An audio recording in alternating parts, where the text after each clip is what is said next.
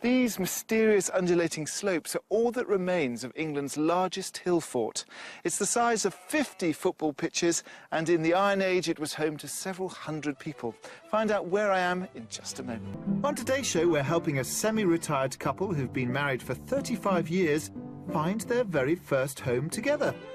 We don't exactly get off to a roaring start. It's not quite your dream kitchen. No. But thankfully, things begin to look up. This is a bit more like it. This is more like what you were looking for? Yes. Today I'm in Dorset, and this is Maiden Castle, a gigantic Iron Age fort just outside Dorchester.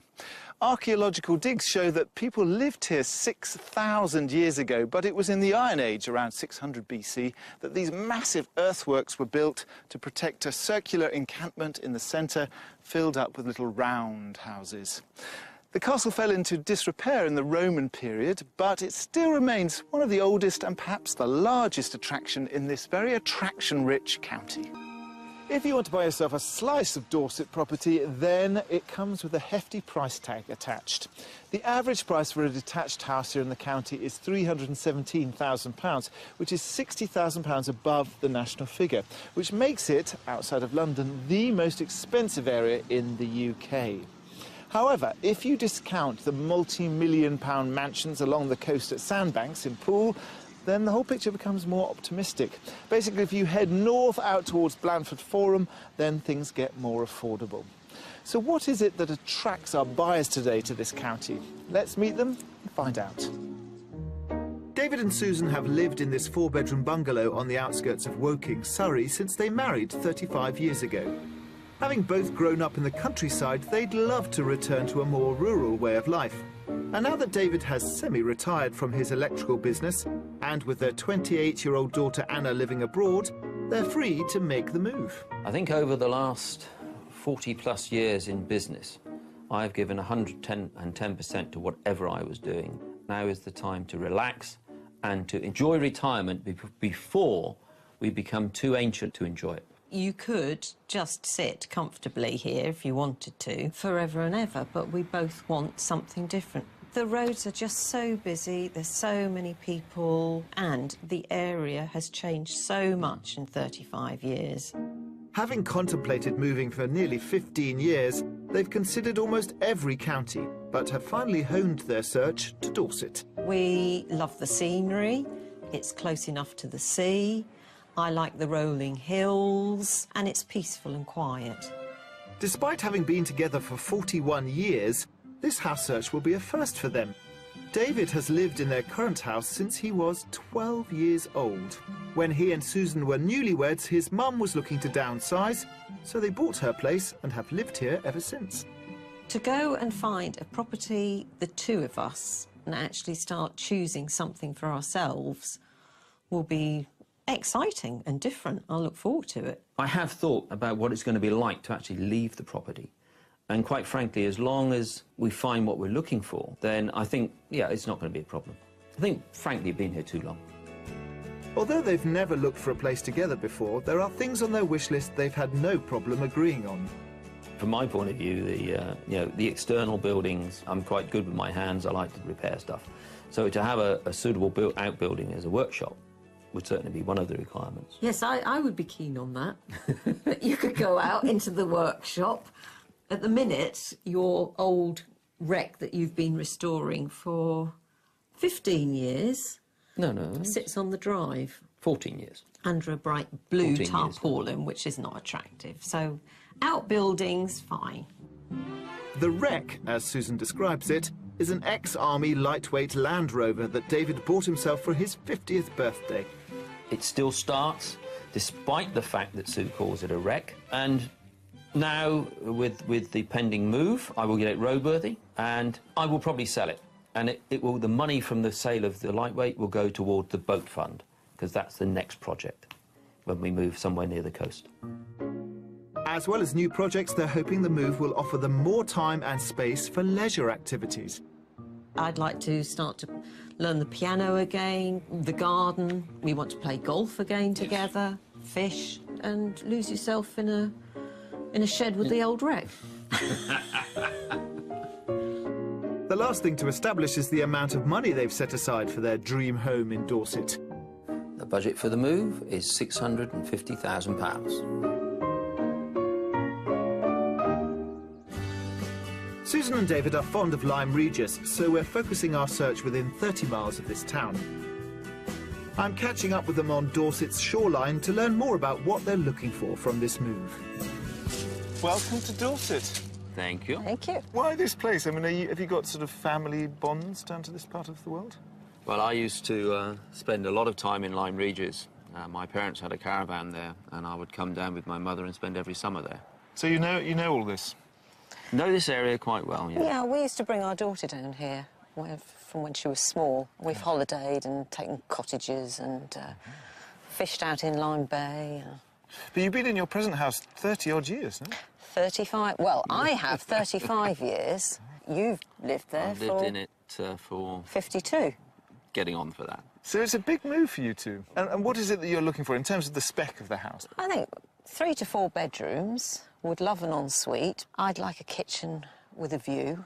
I'd like an outside, decent garage stroke workshop, so that if I keep the, if I'm allowed to keep the classic Land Rover, I can actually do the renovation on it, which I've been talking about doing for some time. What about the age of the property? Are you into old buildings, listed buildings? I don't mind. I mean, I think the chocolate box with the thatched roof is lovely, but I don't know that I could cope with that. No, this is where there's a slight dichotomy, is that I would be quite happy to find a property that needs total renovation, happily project manage that to get what we really want. So you realise you have chosen one of the most expensive bits of the country. So what is your budget? The budget is up to £650,000. I'm reading backwards into what you just said about living in the house for 35 years. Are you quite gung-ho about these things, or is it going to be another 35 years before you... No, I think you are much more adventurous and gung-ho I'm ready, about it. Absolutely. Yeah, I have a little bit of trepidation. Well, we have 3 lovely properties lined up. Right. I hope they're going to kind of wet your whistle. So let's go and look at them. Follow me. Thank you. With a budget of £650,000, David and Susan are hoping to find a home with 4 bedrooms, an ensuite and a spacious kitchen, ideally with a view. Outside, they'd like a decent-sized garden and a garage or workshop for David. We've lined up 3 wonderful Dorset homes for Susan and David to look at, and I'll keep them guessing about the price until they've had a good look round. One will be our mystery house, which has a rustic style that could either divide them or unite them. Our search begins 19 miles northeast of Lyme Regis, in the rural hamlet of Hook. There are no amenities in the hamlet, but a pleasant place to shop 4.5 miles away is Beminster, an attractive market town with over 200 listed buildings and a popular annual arts festival. A short drive away on a quiet country lane is our first offering, a 5-bedroom detached home made of local Dorset stone. Well, here we have it, house number 1. Super. What do you think? Wow, quite a property. It's very pretty. Very pretty. Very pretty. It's quiet. Quiet. It's super quiet, apart from the cockerel, which is a good country sound. No, I can live with that. I like cockerels. But this property is very interesting. This used to be the schoolhouse. You can see it's got the school bell above the door. Yes. What do you think of the style of that, the age of the house? Doesn't worry me at all. I like it. I like the roof. My only tiles. concern is how modern the facilities are. The facilities? Does that mean the toilets? Kitchens, Kitchen, bathrooms. Right. That's what Sue worries about. Should we go inside then? Yeah, Sounds yes, good please. plan. Follow me. The property was built in 1850 and was once 2 separate buildings, the schoolhouse and the headmistress's quarters. But the 2 were joined in the 1950s, and a few extensions have been added since then. Come on into the kitchen. Wow.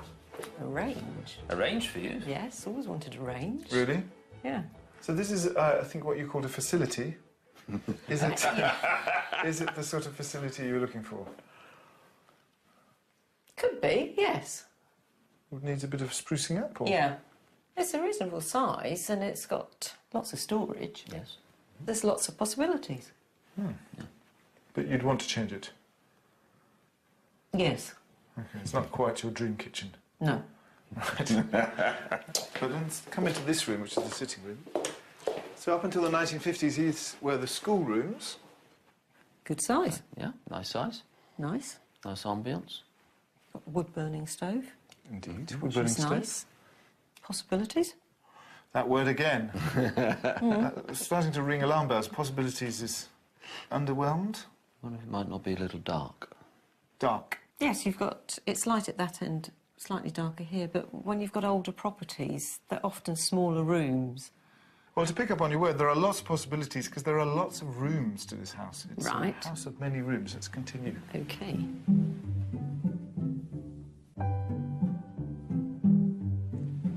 I'm going to bring you over to this corner because then you can see the feature of this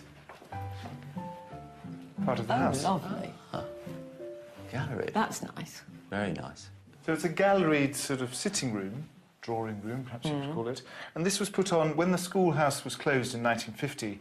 A family came over from India who'd been in the army, and they set up a curtain-making business. And this is where they displayed them, hanging down from the gallery. Ah, yes, of course. I think this is a lovely feature. Yeah, super feature, isn't it? And out here they've added a very lovely sort of sunroom. That's nice. Yeah, I was going to say nice breakfast room. Yes. So upstairs is a case in point. I think upstairs probably needs a little bit of sort of remodelling and a bit of, you know, your special touch. TLC. Let's have a look. Also on the ground floor, adjoining the kitchen we saw earlier, there's a whole extra wing, which in the past has been used as a holiday let and a granny annex. It contains a bathroom, a spacious dining room, and 2 single bedrooms, one of which is currently being used as a study. And it has its own entrance via a sunroom, which is one of the extensions added a few years ago. Upstairs, back in the main part of the property, there are 3 further bedrooms. This is the biggest bedroom upstairs, and they're using it as the master bedroom. And this is where I think you could do some remodelling. Yeah. Because you've got a big family bathroom at the end, beyond that wall, and then 2 bedrooms at the other end. So basically, from here, all you're going down to is a bathroom. Yeah. Then I would take that wall out, make an ensuite, and I'd take this wall down and do away with the corridor. Yeah. You see, the possibilities are opening up. Yes. I've never done this before. No, exactly. And to be honest, you know, these things, to be honest, you'd want to move in here and live here for a few months to kind of work out how you use the house. But I do want to show you outside, because I think you'll like that. Lovely. It's pretty clear they haven't exactly been wowed by this house, but outside in the half-acre plot, there are some features I think they'll approve of. Right, well, you have a river down the bottom of your garden. Lovely. But it is the centre of the river is the end of your garden. Right. So this belongs to your neighbour. OK. Fine. For you, Dave, you've got these big sort of shed that used to be workrooms and a big double garage so you could work there. Absolutely. What do you think it's on the market for? Oh, golly. You go first. I would say 625. What do you think? 600. 600? Yeah. Oh, it's very definite. This is on the market for £565,000. Wow. That surprises me. Well, I'm going to let you explore because there's quite a lot inside. I'll see you at the front. Lovely. OK. Thank you very much. Thank you. Off you go. Considerably below budget at £565,000, this charming converted schoolhouse, with its handy annex, offers 3 reception rooms, 2 sunrooms, and 5 bedrooms. There's no ensuite, but there is plenty of scope to create one. Outside on the half-acre grounds, there's a workshop perfect for David's projects, and there's even a river. My first impression when we first arrived at the property, very pretty, old, nice area, property standing in its own grounds, and attractive. There is a lot of rooms, a lot of space, but I believe for us it's probably not in the sort of order that we would like it. We would want to be able to remodel, especially upstairs. The kitchen, want to modernise it. The fittings are very nice, very traditional, farmhousey, but I'm beginning to think that possibly I want something more modern. It's incredibly quiet here, apart from the sound of the river. It's very nice. Just saying, it's very peaceful here. It's wonderfully peaceful. It's very quiet. You just pull the door behind you, see, because we're all done here. OK. Time to motor on to house number 2. Righty-ho.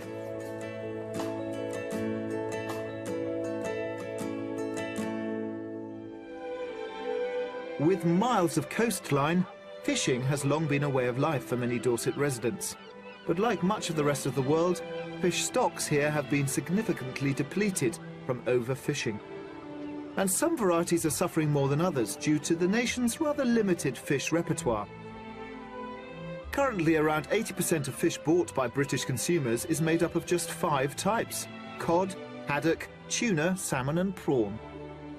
But in Wick Regis, on the northern shore of Portland Harbour, Chef Nigel Bloxham is determined to redress the balance by promoting lesser-known but more plentiful fish varieties at his beachside cafe.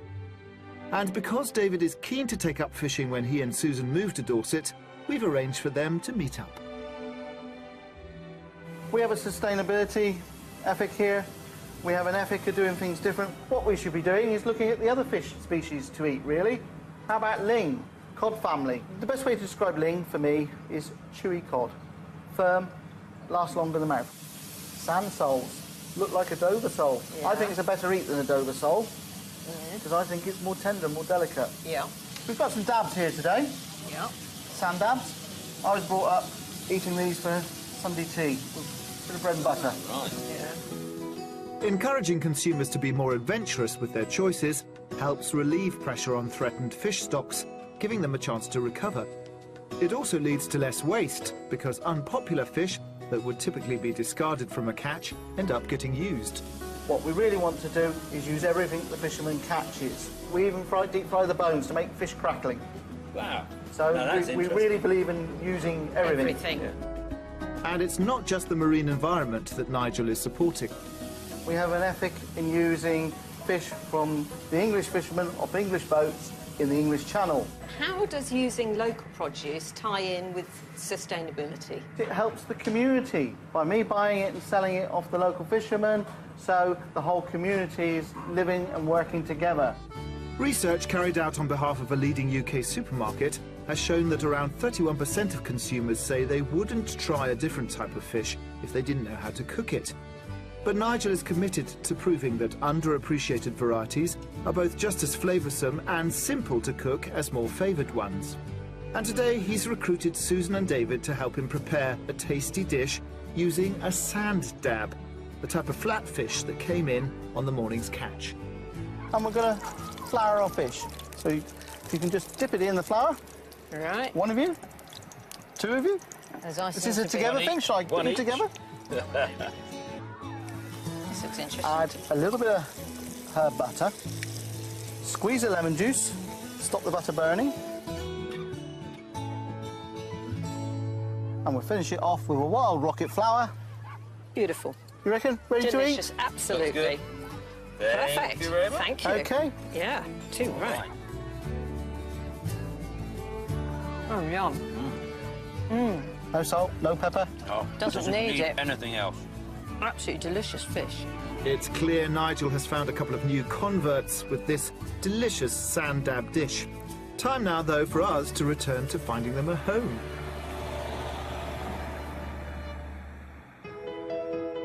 Our search continues 9 miles south to the small village of Uploaders, situated in an area of outstanding natural beauty. 2 miles away in Bradpole, there are 1 or 2 handy amenities, including a post office and an award-winning butcher.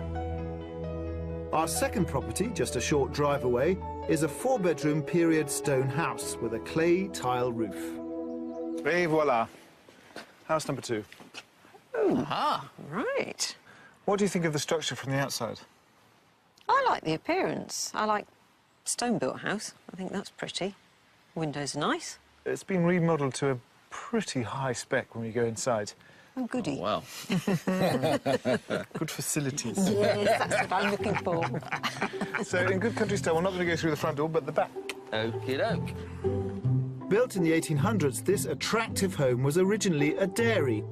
The current owners bought the place in 2000, and they've done quite a lot of renovations to it. It's straight into the sitting room.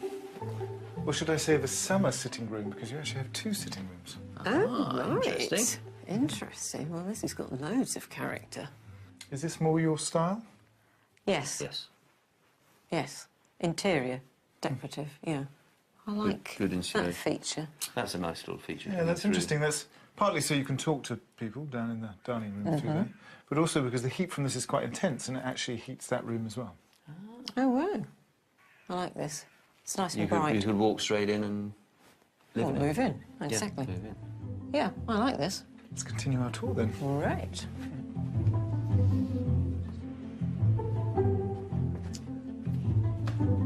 It's got a nice flow, this house. Because this has become a circle, obviously this is the Yeah. dining area.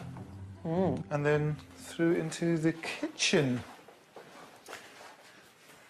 Yeah, this is a bit more like it. This is more like what you Yeah. were looking for? Yes. It's So not let's see. huge, but it's been very nicely done. The facilities are good. And they continue up here, so you've got a utility room with your big sort of fridge and there's a larder and washing Oh, machine. great. Yeah. So it's all to hand. Yeah, it's a good, easy plan So layout. Yes. There's a second sitting room, a sort of winter sitting room up there on the right, Yeah. which means that you can sort of like change around winter and summer. Yeah. Or if it's just the 2 of you, you can just shut the door, put the fire on and just sort of Yeah. Yeah, with the snow outside and... snuggle up. Let's Yeah. look upstairs. Right. This property is obviously giving them more of what they're after than our first house. On the next floor, there are 3 bedrooms. 2 are doubles, 1 is a single, and they all share a family bathroom. They use this as the master bedroom. Right. Very nice. Nice set of cupboards. Lots of storage, Wonderful. lovely views. Simple space, but Good size. Just nice. I think you might reconsider which room you use as the master when you see OK. the next floor. Ah.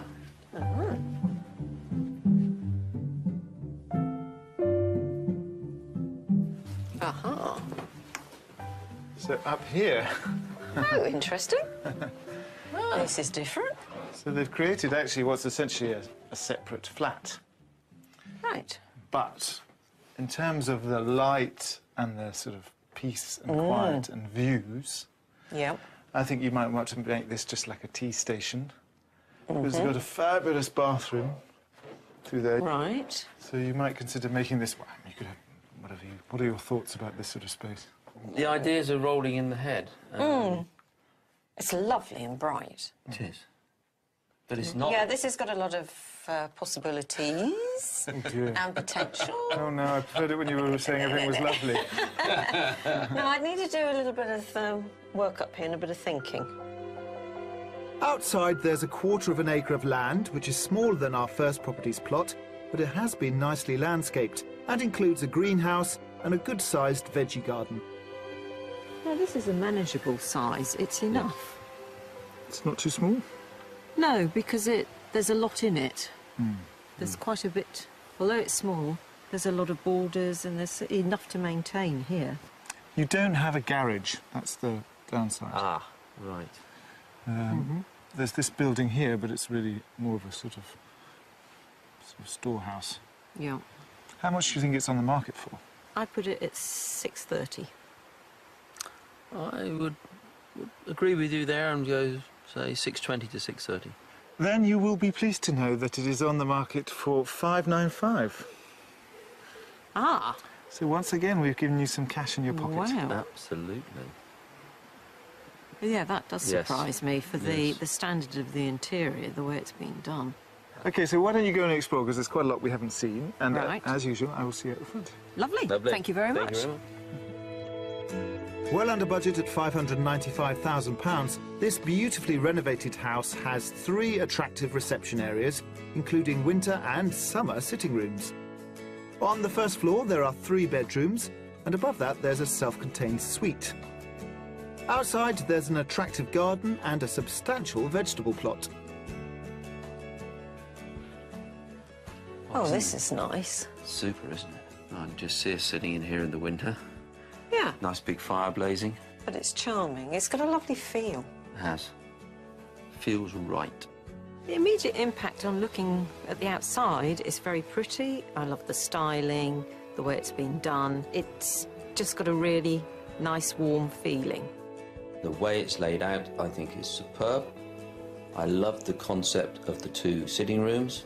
The property does not lend itself to bringing the Land Rover with us, so maybe that would have to be sold. For the right property, I'm prepared to do that.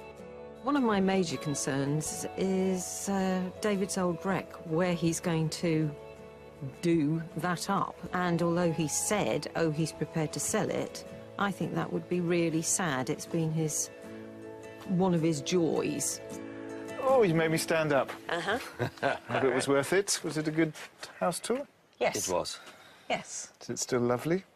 It's still lovely. Rising 10. Let's rush you away somewhere before you change your mind.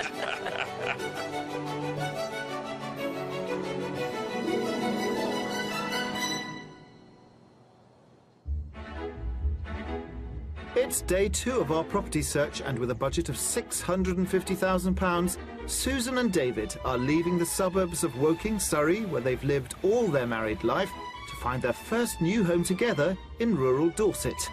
Still to come, the mystery house undergoes a thorough scrutiny. I feel like I'm being picky. And I meet up with a cantankerous character who's been a familiar face on Weymouth Beach for well over 100 years. That's the way to do it.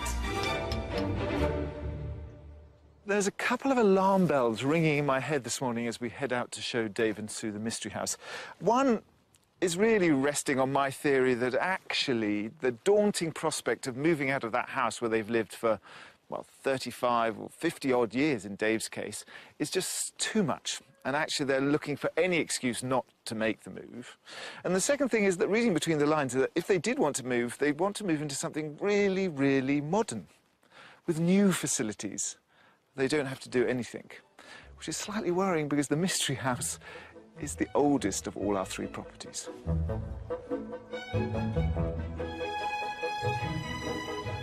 Having seen the 2 houses yesterday, what do you think the mystery house might involve?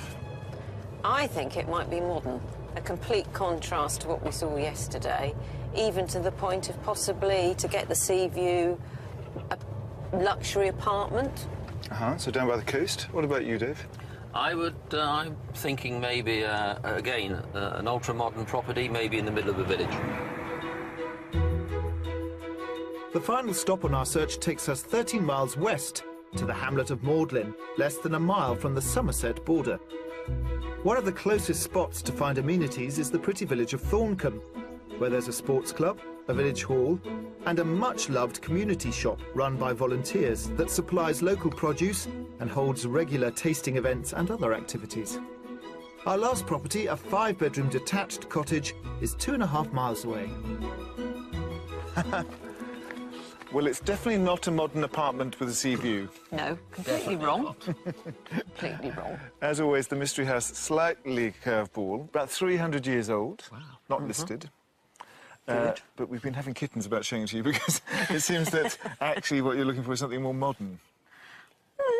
Depends what it's like inside. But the spin is that I think you're going to want to put your mark on it. OK. That sounds ominous. It's a sort of rustic property. I'm intrigued. Absolutely. Let's start the tour from the back. OK. This characterful home was originally a pair of cottages that were converted into one several years ago. Some of the stone it's built from is thought to have been recovered from an old nearby abbey. Step in through the large porch area. Right. Into the kitchen. Yes.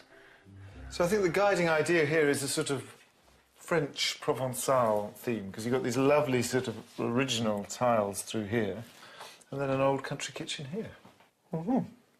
Tight-lipped there, Sue. What are your thoughts? Bit too rustic for me. Too rustic. This is like probably the biggest kitchen that we've shown you. Yeah. It would need a certain bit of modernisation, I would say. But then you'd lose the rustic charm. charm. You're either into it, in my opinion, or you're not. True. If you like this sort of thing, great. It's not floating my boat. Not floating your boat. Let's continue the tour into the sitting room. That sounds a good idea. Here we have a bit more history because you've got the beams above your head.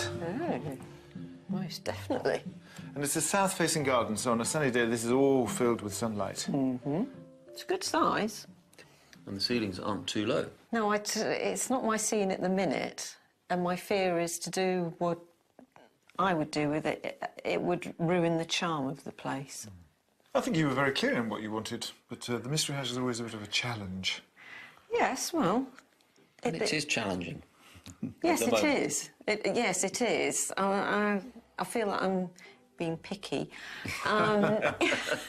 Let's go and see the rest. See if it OK. all hangs together. Also on the ground floor, there's a utility room and another characterful reception room with a recently laid parquet floor. There's also a snug, which is currently being used as a music room. On the next floor, there are 4 light-filled double bedrooms. One has access to a loft above and is being used as an artist studio. All are served by a family bathroom. This one's used as their master. You do have lovely views down the garden. Yes. And like the last house, there's an attic room which has been opened up, which has an ensuite bathroom. Oh, right. And thinking about what you were saying about somewhere to do your car and the lack of facilities, to use your word, outdoor facilities in the last house, this house has it in spades. OK. It seems the style of our mystery house is a little too rustic for their liking. Outside, there's half an acre of land that includes an ornamental pond, a veggie garden, and a building that I think could make an excellent workshop for David. So in the bottom of your garden, you've got this big old outbuilding. So it's already got water and electricity, obviously. And then down there, you've got a big garage. Fantastic. Oh, yes, I can see a little workshop in here. Well, enough torture for you. Thank you. Let's go out the front. OK. Sounds good.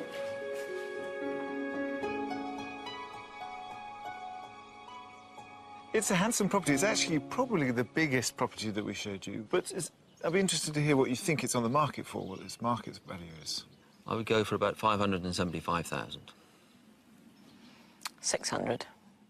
Well, in this instance, your husband is spot on. It's on the market for 575. Well done, you.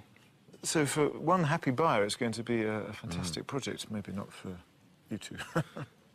Unless we separate. Which we don't want. But why don't you have a look upstairs? Because there is this whole room upstairs that runs the whole length of the attic space. And explore that. OK. And I'll see you at the back. Absolutely. Okay. Super. Thank you. Below budget at £575,000, this beautiful stone cottage has 3 reception rooms and a spacious farmhouse kitchen. On the first floor, there are 4 double bedrooms, and above that, in the converted loft, there's another bedroom with a large and attractive ensuite. Outside, there's half an acre of land, a substantial outbuilding, and a garage that would make the perfect home for David's Land Rover. If you like old and you like rustic, it'll be a lovely property for somebody. It's rural, it's large enough, garden, but it's way too much for me to take on. For me, it's not a project too far. The potential to actually convert it into a really nice, modern internal farmhouse would be a great project. Externally, it's got a unit that could turn into a nice workshop. Yes, I could finish my Land Rover off. I've always said before, oh, the chocolate box, pretty cottage, that appeals. What's becoming more clear to me is that, yes, I want the appearance of it, but I want the interior more modern. That is the final house tour done. Right. So maybe we should find a spot to reconvene and consider everything we've seen. OK. Sounds a plan.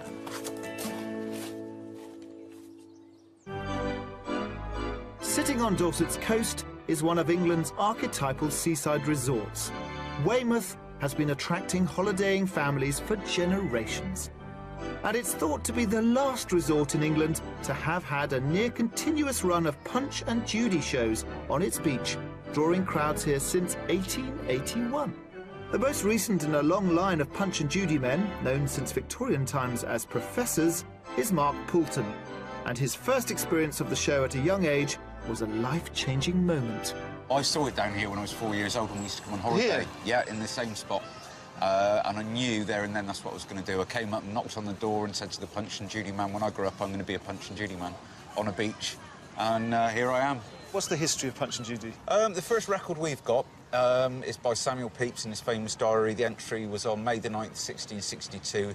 He went to Covent Garden, saw an Italian puppet group, and they were string puppets, and the main character was called Punchinello. Sometime after that, when people stopped going into the marionette theatres, they cut the strings, turned him into a glove puppet, and went out to the people. Here he is. I mean, he's quite a scary-looking chap. He can. I mean, they say handled in the right way, he can make you laugh. Handled in the wrong way, he can terrify you. Because there's the famous stick, isn't it? He's just kind of whacking people with a Yeah, stick. well, Is that where slapstick comes from? It is. Mr. Punch's stick, it's big effect, big noise, without hurting. As well as devising the show and performing it, Mark creates all of the props, sets, puppets and theatres himself, including this replica Victorian booth. We've got... Joey. Joey the Clown, taken from the famous white-faced clown Joey Grimaldi, musical clown. He's a bit off-putting. If you had a fear of puppets and clowns, that would be like a double whammy of phobia. Oh, I'd try. And then this character comes up and gets the sausages. And we think that the crocodile came into Punch and Judy because of Peter Pan. It would hurt if I... Originally, the shows were mostly found in cities, but when the advent of steam trains made seaside trips accessible to the masses, Punch professors found a whole new audience and soon became fixtures on beaches all over the country. Which finger goes where? That one's the head, and the other one's the arms. I see. That's the way to do it. I believe you've never heard that before, Oh, have you? no. So, that comes Punch, and then there's Judy. So you have to make them look at each other? Yeah, if they're talking to each other, they need to look at each other, and if they're talking to the audience, they need to look at the audience. Well, I'm looking forward to seeing the show. Yes, well, it's not going to be long now. Thank you very much. And good luck with it. I hope it doesn't go out of fashion. Well, it's lasted 351 years so far, so... So it's going to keep on going. It'll keep going. The show was originally intended for adults, with topical storylines mocking the politicians and establishment of the day. But by the late Victorian era, it had evolved more as an entertainment for children, and some of the original cast deemed inappropriate for youngsters were phased out, including the Devil and Punch's mistress, Pretty Polly. Hello. Lovely, lovely. Nice to see you all and welcome to Weymouth. Oh, where is it? Where is it? Over there, where is it? Over there, where is it? Bye-bye. Bye-bye. Oi. Hello to boy. It's charming to witness this very British institution being performed here so expertly by Mark, who's helping to keep this seaside tradition alive, hopefully for generations to come. Time now, though, to return to our buyers to get their final verdict on the houses we've shown them.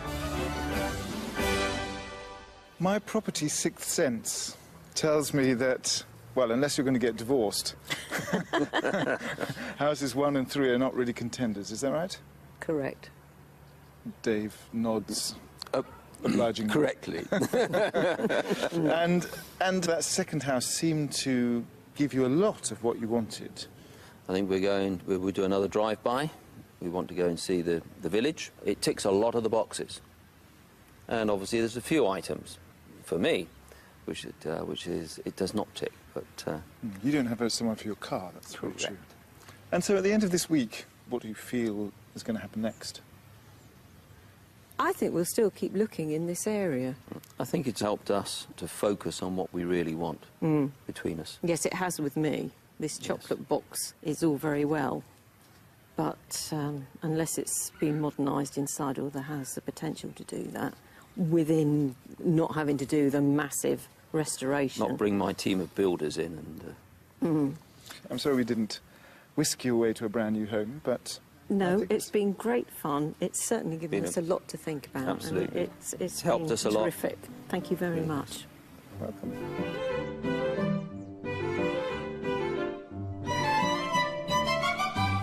I think there are two conclusions we can draw from our time here in Dorset with Sue and Dave. One is that facilities must be modernised, and two, that projects should not be undertaken unless there is a marriage counsellor on hand. That said, the properties were lovely. Dorset is always lovely. And make sure you join us next time for more Escape to the Country. If you'd like to escape to the country in England, Northern Ireland, Scotland, Wales and would like our help, please apply online at bbc.co.uk/be-on-a-ship. These mysterious undulating slopes are all that remains of England's largest hill fort. It's the size of 50 football pitches, and in the Iron Age it was home to several hundred people. Find out where I am in just a moment. On today's show, we're helping a semi-retired couple who've been married for 35 years find their very first home together. We don't exactly get off to a roaring start. It's not quite your dream kitchen. No. But thankfully, things begin to look up. This is a bit more like it. This is more like what you were looking for? Yes. Today I'm in Dorset, and this is Maiden Castle, a gigantic Iron Age fort just outside Dorchester. Archaeological digs show that people lived here 6,000 years ago, but it was in the Iron Age, around 600 BC, that these massive earthworks were built to protect a circular encampment in the centre, filled up with little round houses. The castle fell into disrepair in the Roman period, but it still remains one of the oldest and perhaps the largest attraction in this very attraction-rich county. If you want to buy yourself a slice of Dorset property, then it comes with a hefty price tag attached. The average price for a detached house here in the county is £317,000, which is £60,000 above the national figure, which makes it, outside of London, the most expensive area in the UK. However, if you discount the multi-million-pound mansions along the coast at Sandbanks in Poole, then the whole picture becomes more optimistic. Basically, if you head north out towards Blandford Forum, then things get more affordable. So what is it that attracts our buyers today to this county? Let's meet them and find out. David and Susan have lived in this four-bedroom bungalow on the outskirts of Woking, Surrey, since they married 35 years ago. Having both grown up in the countryside, they'd love to return to a more rural way of life. And now that David has semi-retired from his electrical business, and with their 28-year-old daughter Anna living abroad, they're free to make the move. I think over the last 40-plus years in business, I've given 110% to whatever I was doing. Now is the time to relax and to enjoy retirement before we become too ancient to enjoy it. You could just sit comfortably here if you wanted to, forever and ever, but we both want something different. The roads are just so busy, there's so many people, and the area has changed so much in 35 years.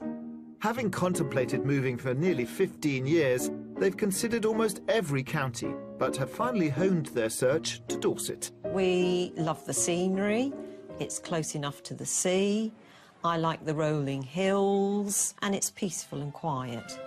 Despite having been together for 41 years, this house search will be a first for them.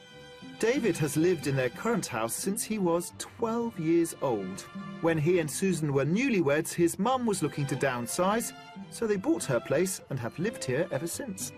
To go and find a property, the two of us, and actually start choosing something for ourselves will be exciting and different. I'll look forward to it. I have thought about what it's going to be like to actually leave the property. And quite frankly, as long as we find what we're looking for, then I think, yeah, it's not going to be a problem. I think, frankly, we've been here too long. Although they've never looked for a place together before, there are things on their wish list they've had no problem agreeing on. From my point of view, the external buildings, I'm quite good with my hands. I like to repair stuff. So to have a suitable outbuilding as a workshop would certainly be one of the requirements. Yes, I would be keen on that. That you could go out into the workshop. At the minute, your old wreck that you've been restoring for 15 years